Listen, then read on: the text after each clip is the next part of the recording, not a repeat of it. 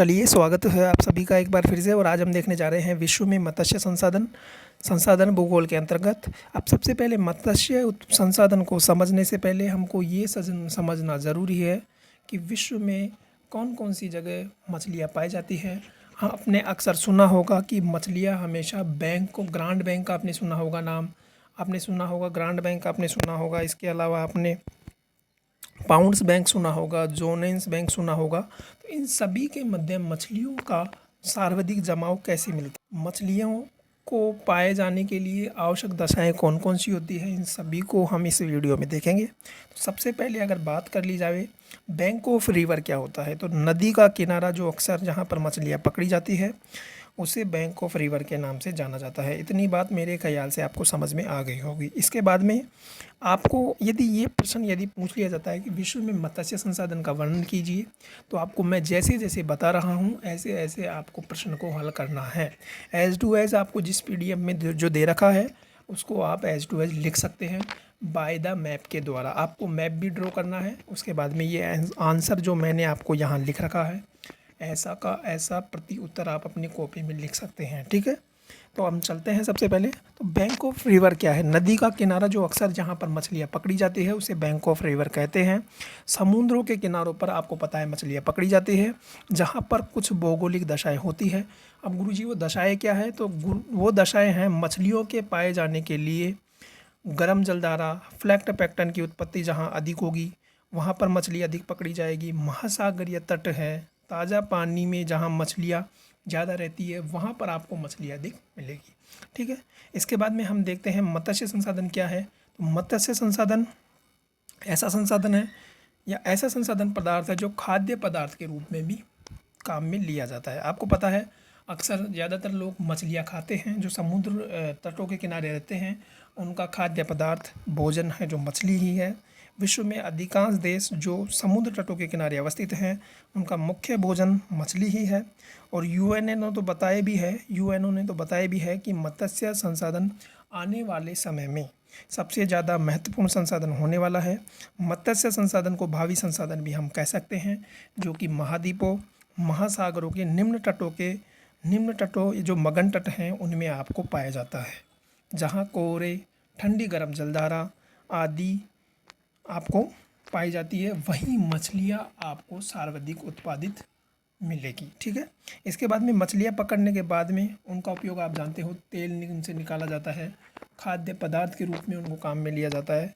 तो विभिन्न प्रकार के कार्यों में मछलियों का उपयोग किया जाता है। ठीक है, अब हम देख लेते हैं विश्व में कहाँ कहाँ पर मछलियों का उत्पादन होता है, कौन कौन से क्षेत्र हैं। तो सबसे पहला है आपका उत्तरी पश्चिमी अटलांटिक तट। ये मैंने आपको एज टू एज बता दिया है, आप इसको लिख सकते हैं। अब इसके बाद में हम इसके कुछ क्षेत्र हैं उनको भी हम समझ लेते हैं। सबसे पहले ये मैप मैंने बनाया है, इधर आपका ये यूरोप है और ये है आपका उत्तरी अमेरिका। देखिएगा यहाँ से एक जलधारा आपको दिख रही होगी, ये आपकी जा रही है गल्फ स्ट्रीम जलधारा। इसी तरीके से ऊपर से इधर से आपकी आती है लैब्राडोर जलधारा। ये लैब्राडोर जलधारा और गल्फ स्ट्रीम जलधारा जहाँ मिलती हैं वहाँ पर फ्लैक्ट पैक्टन की उत्पत्ति अधिक होती है, इसलिए यहाँ पर मछलियाँ सर्वाधिक पाई जाती है। ठीक है, अब हम इसको नीचे देख लेते हैं, हमको लिखना किस तरीके से है इसकी डेफिनेशन। तो ये है कुछ बैंक आपको ध्यान में रखने हैं, अक्सर आपने इनके नाम सुने भी होंगे, जिसमें आपका है ग्रांड बैंक है, जोनेस बैंक है, पाउंड्स बैंक है, सिविल आइसलैंड बैंक है, कुछ प्रमुख बैंक है जहाँ से मछली पकड़ी जाती है। ठीक है, इनके नाम आपको लिख देने हैं। इसके बाद में इस मैप की डेफिनेशन या इस क्षेत्र की डेफिनेशन आपको किस तरीके से लिखनी है वो मैं आपको अब बता रहा हूँ। ठीक है, तो चलते हैं हम नीचे, देखिएगा नीचे की तरफ अब हम चलते हैं। तो पहला है आपका, इसमें आपको लिखना है कि मत्स्य उत्पादन के प्रमुख क्षेत्रों में उत्तरी पश्चिमी अटलांटिक तट प्रमुख क्षेत्र है। इस क्षेत्र में सर्वाधिक मछली पाए जाने का मुख्य कारण यह है कि यहाँ गर्म और ठंडी जलधारा, दोनों प्रकार की जलधारा यहाँ पर पाई जाती है। तो यहाँ पर फ्लैक्टन की अच्छी मात्रा में उत्पत्ति होती है। ठीक है, अब आपको पता है, अब ये देखिएगा ये आपकी दिशाएं हैं, यहाँ पर आपका नॉर्थ है, ये साउथ है, ये वेस्ट है, सॉरी ये ईस्ट है और ये आपका वेस्ट है। हम बात कर रहे हैं उत्तरी पश्चिमी, तो ये आपका हो गया उत्तरी, ये पश्चिमी। तो इस वाले तट की अब हम बात कर रहे हैं। तो यहाँ पर क्या होती है, ये जो जलधारा है यहाँ से आ रही है, इधर से लैब्राडोर आ रही है, दोनों जलधाराएं जहाँ पर मिलेगी तो यहाँ पर कौन सी क्या होगा, फ्लैक्ट पैक्टन अधिक बनेगा। फ्लैक्ट पैक्टन अधिक बनेगा तो मछली अधिक उत्पादित होगी। अभी केवल हम इस तट की बात कर रहे हैं जो मैंने आपको बताया है ड्रॉ करके। तो नीचे मैंने आपको बताया भी है, यहाँ तक हमने देख लिया है कि यहाँ पर क्या होगा, दोनों जलधाराएं, गर्म जलधारा और ठंडी जलधारा दोनों जब मिलेगी तो वहाँ पर क्या होगा, फ्लैक्टन की उत्पत्ति अधिक मात्रा में होगी। इसके बाद में मछलियों की आवक भी यहाँ पर अच्छी होगी और कोहरे नुमा स्थिति यहाँ पर बनेगी। और जो मछलियों के लिए क्या है, सर्वाधिक आवश्यक है। मछली यहाँ पर सर्वाधिक पाई जाएगी। यहाँ पर उत्तरी अमेरिका, कनाडा जैसे विकसित राष्ट्रों की स्थिति भी आपको मिलती है, आप देख लीजिएगा। यहीं आपको इस नक्शे में यहाँ पर उत्तरी अमेरिका, कनाडा वगैरह सभी मिलेंगे। ये जो विकसित राष्ट्र हैं, विकसित राष्ट्र होने के कारण क्या होता है, यहाँ की जो जनसंख्या है वो यहीं पर मौजूद रहती है। और उच्च तकनीकी के कारण, यदि विकसित है तो उसके पास तकनीक होगी और तकनीक होने के कारण वो मछली आसानी से पकड़ने में उनको आसानी होगी, वो तकनीक से मछलियाँ पकड़ने में उनको आसानी होगी। ठीक है, तो इस तरीके की डेफिनेशन आपको लिख देनी है। अब इसके बाद में हम दूसरा क्षेत्र देखते हैं, उत्तरी पूर्वी अटलांटिक तट। पहला था अपना जो मैंने अभी आपको बताया है वो था अपना उत्तरी पश्चिमी अटलांटिक तट। अब हम देखते हैं उत्तरी पूर्वी अटलांटिक तट नंबर 2। ये रहा आपका मैप, ये आपका नक्शा है, इधर यूरोप है आपका। अब आप देख लीजिएगा, मैं इसकी डेफिनेशन आपको सीधा बता रहा हूँ। यहाँ पर आपको नॉर्वे से लेकर आरबियन प्रायद्वीप तक मछली पकड़ी जाती है। यहाँ मछली उत्पादन के लिए भौगोलिक दशा है गल्फ स्ट्रीम जलधारा। जो जलधारा अभी आपने देखी थी वो जलधारा यहीं वापस आती है, जो कि नॉर्वे की ठंडी जलधारा से मिलती है।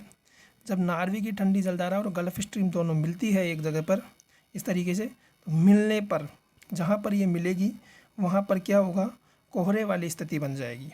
ठीक है, और यहाँ पर जो महत्वपूर्ण जो बैंक है वो है आपका डागर बैंक, वो भी यहीं पर स्थित है। और मछली उत्पादन के लिए यह क्षेत्र प्रसिद्ध है, जो कि उत्तरी सागर के आसपास भूमध्य सागर और इंग्लिश चैनल में मछली पकड़ने के लिए सर्वाधिक यहाँ महत्वपूर्ण जो यहाँ के क्षेत्र हैं, यहाँ विकसित देशों की स्थिति भी आपको पाई जाती है। ठीक है, और यहाँ के जो मछली पकड़ने के जो क्षेत्र हैं वो कौन कौन से हैं आपके, हैं भूमध्य सागर है, इंग्लिश चैनल है, ये आपके मछली पकड़ने के क्षेत्र हैं। इसके बाद में हम चलते हैं, यहाँ के निम्न सागर हैं, मैंने आपको बता दिया अभी, भूमध्य सागर, उत्तरी सागर और बाल्टिक सागर, इंग्लिश चैनल, ये सभी आपको लिख देने हैं। इसके बाद में हम चलते हैं उत्तरी पूर्वी प्रशांत तट। नंबर 3 है हमारा। हमने पश्चिमी तट देख लिया, पूर्वी तट अब हम देख रहे हैं। इससे पहले हमने उत्तरी पूर्वी तट देख लिया, अब हम उत्तरी पूर्वी प्रशांत तट को देख रहे हैं। ठीक है, अब यहाँ अलास्का से लेकर कैलिफोर्निया तक, आपको अलास्का से लेकर कैलिफोर्निया प्रायद्वीप तक मछलियाँ उन्नत मात्रा में आप यहाँ पर पकड़ी जाती है, जिसमें आपको हेलीबेट प्रकार की मछली है, हेरिंग प्रकार की मछली है, ये यहाँ पर खूब मात्रा में पकड़ी जाती है। विकसित देश होने के कारण यहाँ की तकनीकी सुविधा उपलब्ध है, जनसंख्या की निर्भरता है, यहाँ मछलियाँ पकड़ने का व्यवसाय प्रमुख है। इस क्षेत्र में क्या होता है, जहाँ पर तकनीकी अधिक होगी, जनसंख्या सर्वाधिक होगी, और सर्वाधिक जनसंख्या होने के कारण, तकनीकी होने के कारण मछलियाँ आधुनिक तरीक़ों से पकड़ी जाएगी और सबसे ज़्यादा मछलियों का उत्पादन किया जाएगा। इसके अलावा आपको दक्षिणी अमेरिका के तटों पर भी मछलियाँ पकड़ी जाती है। उदाहरण के लिए पेरू तट पर भी बहुत अधिक मात्रा में मछलियाँ पकड़ी जाती है। मुख्य कारण क्या है, मुख्य कारण अल नीनो का प्रभाव वहाँ पर होता है। चिली तट पर भी मछलियाँ पकड़ी जाती है। तो आपको ये ध्यान रखना है, आपको इस तरीके से इसमें आपको लिख देना है उत्तरी पूर्वी प्रशांत तट में। इससे पहले मैंने आपको बताया था वो था आपका उत्तरी पूर्वी अटलांटिक तट। इससे पहले मैंने आपको बताया है वो था आपका उत्तरी पश्चिमी अटलांटिक तट। तीनों तट मैंने आपको बता दिए हैं। इसके बाद में हम चलते हैं नंबर 4 पर। नंबर 4 पर आपका जो आता है वो है आपका उत्तरी पश्चिमी प्रशांत तट। ये आपका उत्तरी पश्चिमी पूर्वी तट है, यह आपका उत्तरी पूर्वी तट है, वो आपका उत्तरी पश्चिमी प्रशांत तट है। यहाँ पर आपको सुदूर पूर्व साइबेरिया रूस, ये रूस वाला क्षेत्र है, यहाँ से आपको मलाया प्रायद्वीप तक काफ़ी ज़्यादा मात्रा में मछलियाँ मिलेगी। विश्व की सर्वाधिक मछली यहीं पकड़ी जाती है, जिसका मुख्य कारण क्या है कि यहाँ विश्व की ज़्यादा जनसंख्या निवास करती है। देख लीजिएगा, आपको पता है, आपसे पहले हमने जो भी क्षेत्र देखे हैं उनमें मछलियाँ कम पकड़ी जाती थी, लेकिन यहाँ पर क्यों अधिक पकड़ी जाती है? क्योंकि यहाँ विश्व की सबसे ज़्यादा जनसंख्या निवास करती है। अब ज़्यादा जनसंख्या होने का क्या कारण है कि ज़्यादा जनसंख्या होने से ज़्यादा ही मछलियों को खाने के लिए भोजन के रूप में क्या लिया जाएगा, उपयोग में लिया जाएगा। तो मछलियों की क्या होगी, कमी होगी, और कमी होने के कारण सबसे ज़्यादा विश्व में मछलियों का उत्पादन भी यहीं किया जाता है। क्योंकि कमी होने के कारण क्या है, वो लोग पकड़ेंगे, पकड़ने का उत्पादन अधिक होगा, तो उत्पादन की पूर्ति करने के लिए मछलियों का उत्पादन यहीं अधिक किया जाएगा। ठीक है, तो आप देखिए लीजिएगा, ये आपको पता होगा, ये आपका नक्शा है। एज टू एज आपको मैप बना करके आना है। और दूसरी बात, सबसे ज़्यादा विश्व में खाया जाने वाला पदार्थ भी क्या है, मछली ही है। मुख्य क्षेत्र यहाँ पर जापान तट है, चीन तट है, कोरिया तट है, फिलीपींस, बोर्नियो और इंडोनेशिया। इसके अलावा यहाँ पर मछलियाँ पाए जाने का मुख्य कारण यह भी है कि यहाँ पर क्यूरोशो जो जलधारा है वो चलती है। ऊपर की तरफ से आपको क्यूराइल जलधारा आती है। दोनों जलधाराओं का मिलन जहाँ पर होता है तो वहाँ अधिकांश तादाद में आपको मछलियाँ मिलती है। ठीक है, तो इस तरीके से ये था आपका मछली उत्पादन से संबंधित चैप्टर। उम्मीद करता हूँ आपको समझ आया होगा, और जब तक के लिए मुझे दीजिए इजाज़त। नमस्कार।